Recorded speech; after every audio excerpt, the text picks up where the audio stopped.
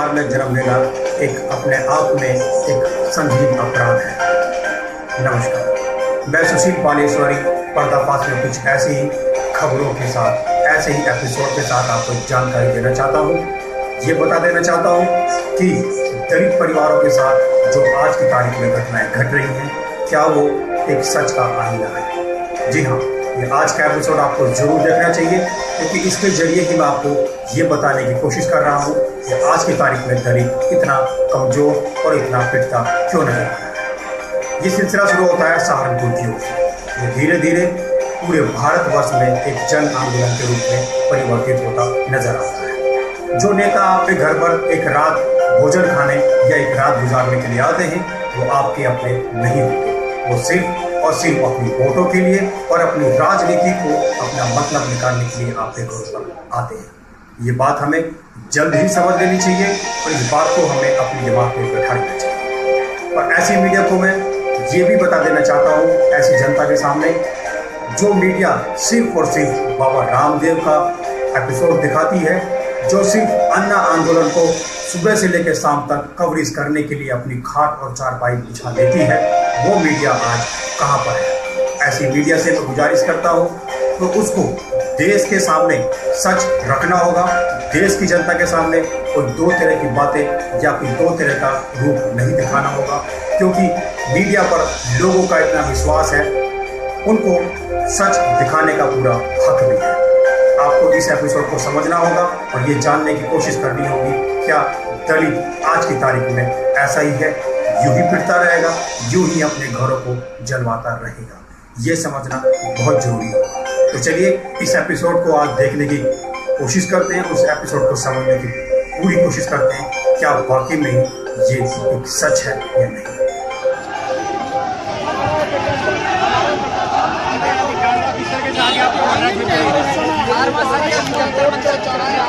वहाँ से आगे हम लोग वहाँ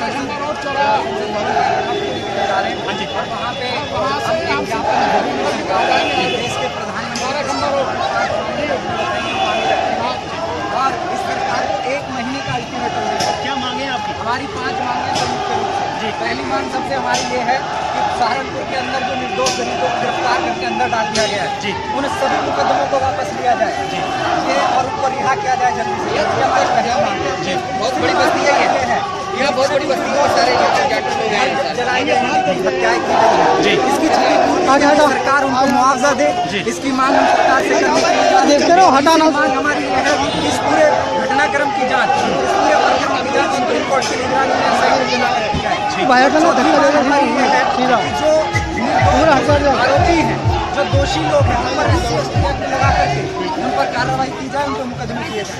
और 5वीं और अंतिम मांग हमारी ये है कि उनको जितने यार जल्दी ऐसे धक्का दे दिया अगर हट जाओ, फटाफट जाओ, मुकदमा चलाया जाए। मैं गिर गया, कैमरा टूट गया, चोट लग गई, कर ले। जो पीड़ित लोग हैं उनको जल्दी से जल्दी न्याय मिले। चंद्रशेखर जी इस समय जेल में मौजूद है, गिरफ्तार हो चुके हैं, उनकी आज़ादी को लेकर, उनको रिहाई को लेकर किस तरह की मांग है? बिल्कुल, हमको चंद्रशेखर आजाद हो चाहे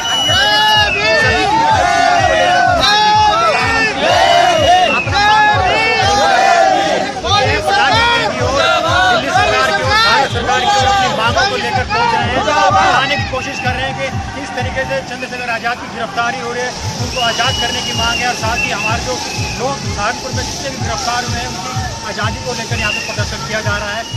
एडीएम, डीएम, एसएसपी सबको मालूम था, लेकिन उसके बावजूद भी उसे रोकने का प्रयास नहीं किया गया। अगर वो तरीके से चलते तो जो ठाकुर तलवार लेकर हाथ में प्रदर्शन कर रहे थे, ये आर्म्स एक्ट के अंतर्गत उनको बुक करना चाहिए था, एफआईआर करनी चाहिए थी, नहीं की गई। पूरा मौका दिया और आज तक भी जो लोग घायल हैं, जिनको मर गए हैं, उन्हें न मुआवजा दिया गया, न देखने गई इन्वेस्टिगेशन में, न ही उनके खून के कपड़े जो है, जो सबूत है, वो भी अभी तक लिया नहीं गया। इसलिए विरोधी सरकार और हम इसका पुरजोर विरोध कर रहे हैं और उस समय तक करेंगे जब तक हमें न्याय नहीं मिल जाएगा। हम ये बताने के लिए जा रहे हैं कि हम बाबा साहब के अनुयायी हैं, हम बुद्ध के अनुयायी हैं, हम युद्ध के अनुयायी नहीं है साथी। और हम ये बताने के लिए जा रहे हैं कि हम अपनी जितनी भी मांगे रखेंगे वो संविधान के दायरे में रहकर रखेंगे और पूरे व्यवस्थित रूप से और शांतिपूर्ण रूप से रखेंगे साथियों। और जितनी भी हमारी मांगे हैं कि सहारनपुर के अंदर जो दलितों को जिस तरीके से झूठे आरोप लगाकर गिरफ्तार कर लिया गया है, जेल के अंदर डाल दिया गया है, ऐसे सभी मुकदमों को वापस लिया जाए और चंद्रशेखर भाई और अन्य दलितों को जल्दी से जल्दी रिहा किया जाए। तो सबसे पहली मांग हमारी ये है साथियों। दूसरी मांग सब लोग सो के जाएंगे और जब हम यहाँ से शांति मार्च खत्म करेंगे तो एक एक व्यक्ति ये संदेश लेकर के जाएगा कि हमने क्या मांगे सरकार से।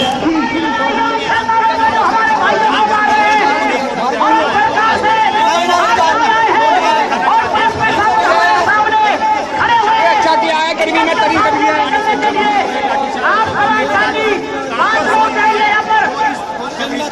नहीं आ रही है।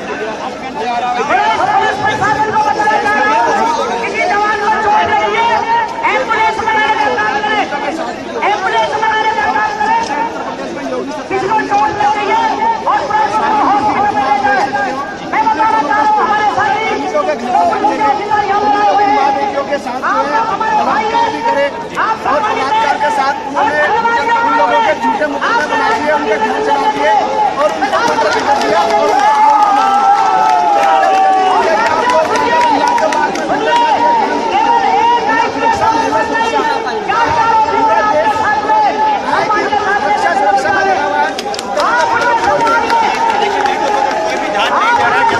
प्रदर्शन यहाँ पे करने की कोशिश की जा रही है, पुलिस यहाँ पे करने की कोशिश कर रही है।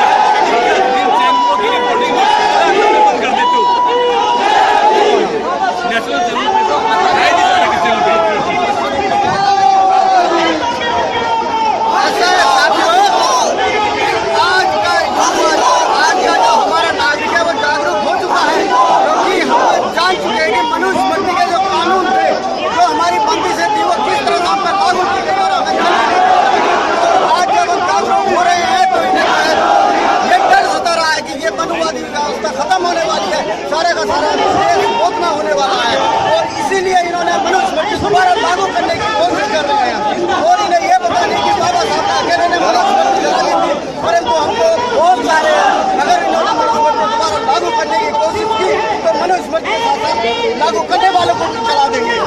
दूसरे साथियों मैं ये बताना चाहता हूँ कि इनका मीडिया जो मनुवादी मीडिया है कुछ भी नहीं दिखा रहा। 21 तारीख की घटना सारा का सारा सोशल मीडिया और आपस में वार्तालाप के माध्यम से यहाँ पे 70-75 हजार आदमी आए और आज भी लगभग 50-60 हजार आदमी जो है अपने जो है सोशल मीडिया के माध्यम से बिना किसी हैंड में बिना किसी पेपर के आए हैं। और जब हम आए हैं इतना कर सकते थे, इन्हें जान लेना चाहिए कि अब बिल्कुल बच चुका है, हम शांत नहीं रहने वाले और इन्हें जो है नेक्स्ट मूव कर देंगे। 17 तारीख को और तार की लड़ाई होगी। किसी बात किसी भी आंदोलन को कोई भी मीडिया नहीं दिया। ये भी एक हमारे ऊपर एक अत्याचार है कि मीडिया दलितों का अत्याचार नहीं दिया। मीडिया ने सालनपुर की घटना बिल्कुल मीडिया इसके बावजूद जब हमारे ज्यादा से अत्याचार हो गए हमें खुद अपनी लड़ाई खुद लड़नी पड़ी है। ये सब लोग भीम आर्मी के लोग हैं। तो उसे ऐसे दिखाया जा रहा है हाईलाइट करके जैसे वो कोई आतंकवादी हो, नक्सलवादी हो। जो भीम आर्मी के चीफ चंद्रशेखर भाई आजाद भारत भूषण मैं कहना चाहता हूँ इतनी भारी हो गई है, यह नहीं दिखाई पड़ रहा है कि सहारनपुर में इतने बड़े पैमाने पर दलितों के मकान जलाए गए, उनको तलवार से काटा गया, हत्याएं की जा रही है। वहाँ पर प्रदान करनी चाहिए क्योंकि दोनों ये भूल रहे हैं कि बहुजन समाज जाग रहा है। अगर बहुजन समाज ग्रामीण लागू हो जाएगा कोई देश उत्तर प्रदेश की कानून व्यवस्था कहाँ से हो जाएगी, फिर इसे नहीं संभाला जा सकता।